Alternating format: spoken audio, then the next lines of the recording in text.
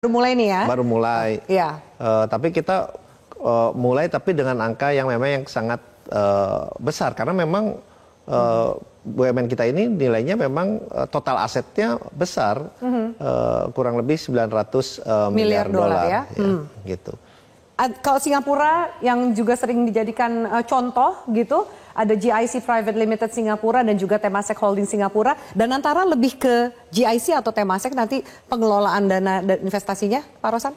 Ya mungkin lebih ke Temasek ya, karena Temasek kan juga adalah kumpulan dari BUMN-BUMN mereka pada awalnya di tahun 74-75. Itu BUMN mereka juga dikumpulkan sehingga lahirlah Temasek.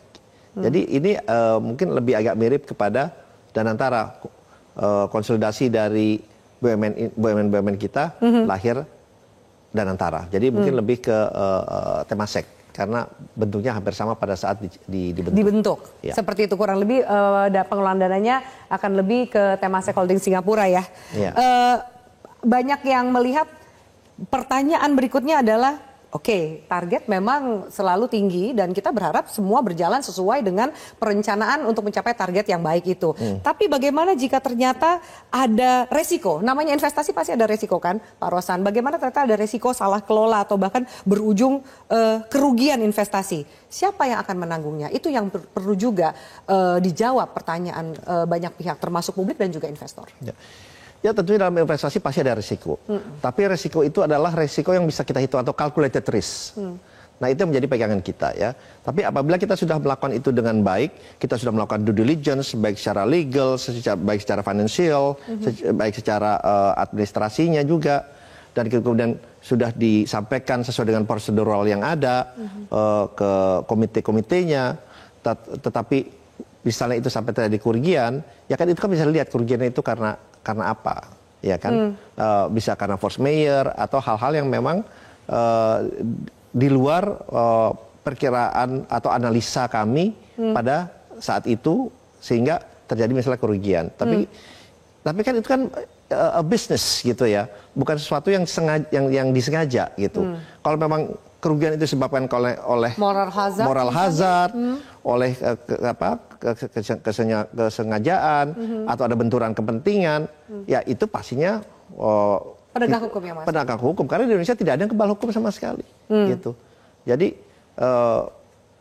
KPK bisa masuk, ya kan? BPK apabila ada program-program pemerintah ke BUMN juga bisa masuk.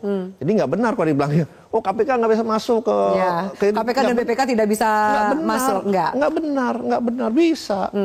Tapi bagaimana dengan pasal revisi Undang-Undang BUMN yang mengatakan bahwa kerugian Danantara tidak dianggap sebagai kerugian negara? Itu kan juga menjadi kekhawatiran. Iya, ya tadi seperti yang tadi saya sampaikan bahwa kalau itu sudah dilakukan secara baik dan benar sesuai dengan peraturan yang ada, sesuai dengan prosedur yang ada, ya itu memang tidak bisa dikategorikan sebagai kerugian negara. Apabila semua tahapan-tahapan itu sudah dilakukan dengan baik dan benar. Gitu. Namanya juga berinvestasi gitu.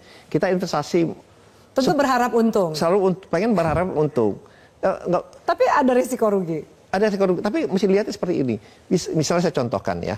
Kita investasi misalnya di 10 saham gitu ya. Dari 10 satu rugi. Tetapi secara kumulatifnya untungnya besar gitu. Nah, yang dilihat kan tidak, kalau sekarang dilihat kerugian yang satu itu bukan dilihat sebagai investasi yang secara menyeluruh, karena dimanapun di seluruh dunia ini itu